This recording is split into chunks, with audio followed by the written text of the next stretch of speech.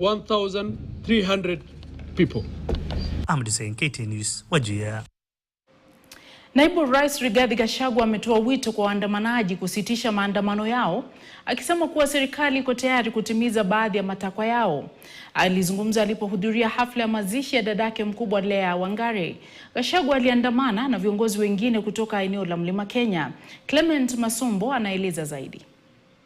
Mjadala kuhusu maandamano yanayoongozwa na wanarika wa Gen Z unapoendelea, wakitoa shinikizo kwa serikali kutimiza matakwa yao, yaonekana wanasiasa wanaendelea kusalimu amri, hasa kutotoa hotuba kwenye hafla zisizo za kisiasa. Hili lilidhihirika wazi siku ya Jumatano kwenye hafla ya mazishi ya Lea Wangari Muriuki, dadake naibu wa rais Rigathi Gachagua, katika kijiji cha Mirera, kaunti ya Laikipia. Wakati ulipowadia, gavana wa Laikipia Joshua Irungu alieleza umati kuwa kama wanasiasa wameshauriana kuwa hawataleta siasa mazishini. Leo si ya kwamba ati hawa viongozi wetu hawezi kuongea. Najua kwamba walijipanga mzuri kuongea na sana sana kuleta labilabi zao, lakini wananchi leo tukubali ya kwamba tutabue wale tuko na wao hapa and their presence kukuja kwao hapa.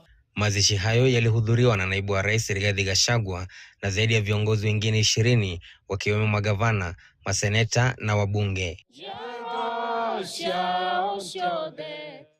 Wangari aliombolezwa kama mtu wa familia na aliyejitolea kuunganisha familia nzima. She has created unity within our family and put God first. And amekuwa tegemeo kubwa sana kwa uongozi wangu, kwa maombi na mawaidha. So as I sit here today to escort her, the gap ametuachia ni kubwa na Mungu atatusaidia.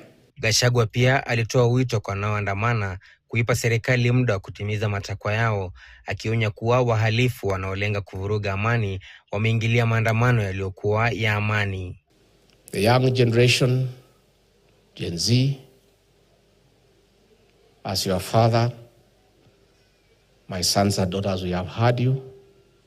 You've spoken very clearly. The message is home. What you started as peaceful protests, unfortunately, have been infiltrated and hijacked by criminals with a criminal intent, who are now engaged in looting and creating mayhem. I want to, as a father, as a parent, to appeal to my children, my sons and daughters. Listen to us as your parents. I think if you agree, we want to plead with you to call off the protests so that criminals do not hijack them.